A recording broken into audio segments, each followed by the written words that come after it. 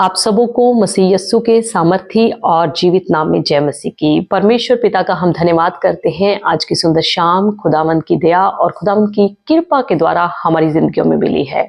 हम परमेश्वर के नाम को महिमा और आदर देते हैं। आइए आज के वचन पर मनन करने से पहले हम एक छोटी सी कहानी से शुरुआत करेंगे। खुदावंद के प्रिय लोगों, ये कहानी इस प्रकार से है।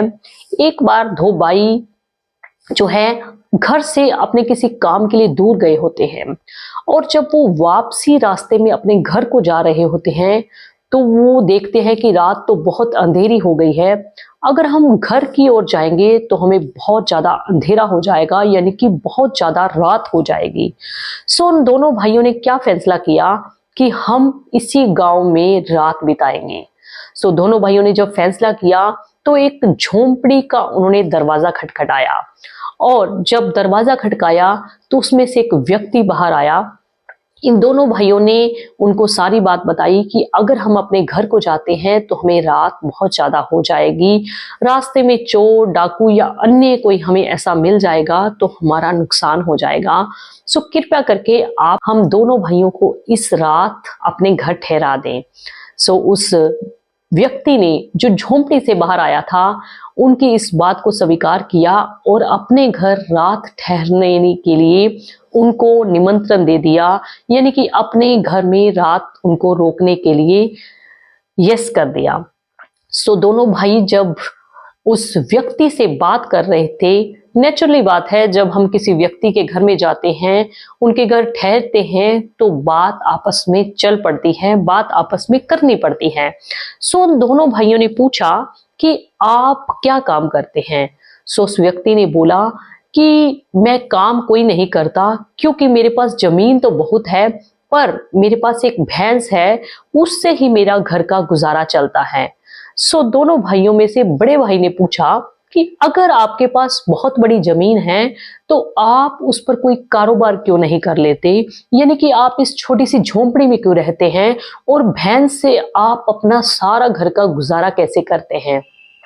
सो उस व्यक्ति ने बोला कि मेरे पास जमीन तो बहुत है पर अफसोस की बात वो जमीन जो है बंजर है। मुझे बहुत सारे लोगों ने बोला कि अगर आप इस जमीन का कुछ करेंगे भी तो आपको कुछ भी लाभ ना होगा। सो इसी सोच से मैंने उस बंजर जमीन का कुछ नहीं किया और मैं भैंस के द्वारा ही अपने जीवन का गुजारा करता हूँ। जो कुछ भी मुझे मिलता है उससे ही मैं अपना जीवन निर्वाह करता हूँ, उससे ही मैं अपने परिवार का जीवन निर्वाह करता हूँ। सो दोनों भाई और वो व्यक्ति और वो फैमिली जो है रात को सो गई और बड़े भाई ने रात को छोटे भाई को जगाया और उस भैंस को भी अपने साथ ले गए। छोटा भाई बड़े भाई से पूछता है कि भाई हम ये क्या कर रहे हैं, हमें तो इस भाई ने अपने घर में ठहरने के लिए हमारी मदद करी, हमें अपने घर में रुकवाया और हम आधी रात को ही इसके घर से जा रहे हैं और साथ ही साथ जो इसकी रोजी रोटी है यानी कि भैंस है उसको भी साथ ले जा रहे हैं। मुझे लगता है कि हम बिल्कुल भी सही नहीं कर रहे। सो बड़े भाई ने जो छोटे भाई को चुप कराया, शांत कराया। सो छोटा था, बड़े भाई की सुनना उसका कर्तव्य था। सो उसने अपने बड़े भाई के कहने के अनुसार चल दिया और भैंस भी साथ ले गया। कुछ समय के बाद वो भाई जो है दोनों और बड़े हो गए और उन दोनों की शादी हो गई और वो दोनों जो है अलग अलग हो गए। तो उस छोटे भाई ने एक बार सोचा क्यों ना मैं उस व्यक्ति के घर पर जाकर आऊं और उसका हाल चाल लेकर आऊं कि जिसकी भैंस को हम अपने साथ ही रात को ले गए, उस बेचारे का जीवन निर्वाह कैसे हो रहा है, मेरे भाई ने कैसा उसके ऊपर अन्याय किया और मुझे भी इसका भागीदार होना पड़ा। सो उस छोटे भाई ने सोचा कि मैं उस गांव में जाऊंगा। सो वो उसी गांव में जब पहुंचा तो उस छोटे भाई ने क्या देखा कि जिस जगह वो झोंपड़ी में रात को रुके थे उस जगह एक बहुत बड़ी कोठी बनी हुई है और उसके साथ जो जमीन थी उसमें बहुत ज्यादा फसल उगी हुई है। सो उस छोटे भाई ने उस व्यक्ति को पहचान लिया और व्यक्ति को जाके साफ साफ सब कुछ बताया कि इस समय हम आपके घर में आए थे, उस समय आपने हमारी मदद करी, हम रात को आपके घर में रुके, पर मेरे भाई को ऐसा पता नहीं रात को क्या हुआ, मुझे उठा करके आधी रात को ही चलने के लिए बोला और आपकी भैंस को भी साथ हम ले गए। सो हमसे बहुत बड़ा अन्याय हुआ। सो उस व्यक्ति ने क्या बोला कि भैंस आप लेकर गए थे या कोई और लेकर गया था, मुझे इस बात का बिल्कुल भी नहीं पता।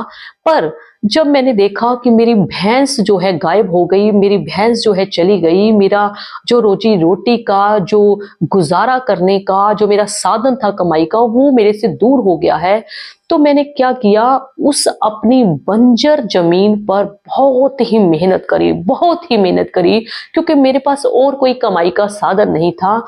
जब मैंने उसके ऊपर मेहनत करनी शुरू करी तो वो जो बंजर जमीन थी एक अच्छी जमीन बन गई और उससे मुझे बहुत ज्यादा प्रॉफिट होने लग गया। बहुत प्रॉफिट दिनों में ही होने लग गया कि मैं इस कोठी को खड़ा कर पाया।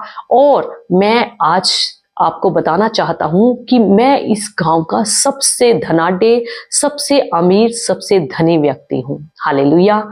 सो उस छोटे भाई को अपने बड़े भाई की उस बात को याद करके बहुत ही खुशी, बहुत ही प्रसन्नता, बहुत ही गर्व महसूस हुआ कि वो मेरा भाई है, जिसकी वजह से आज ये व्यक्ति धनाढ्य बन गया, आज ये व्यक्ति धनी बन गया। हालेलुया।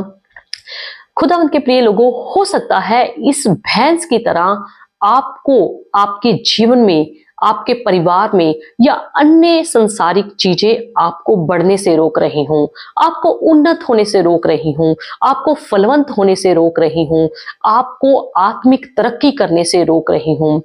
आज आपको इस चीज को पहचानना है, आज आपको इस चीज को जांचना है कि कौन सी ऐसी चीज है, कौन सी ऐसी वस्तु है जो मुझे आगे बढ़ने से रोक रही है, जो मुझे फलवंत होने से रोक रही है, जो मुझे परमेश्वर की पवित्र दुल्हन बनने से रोक रही है।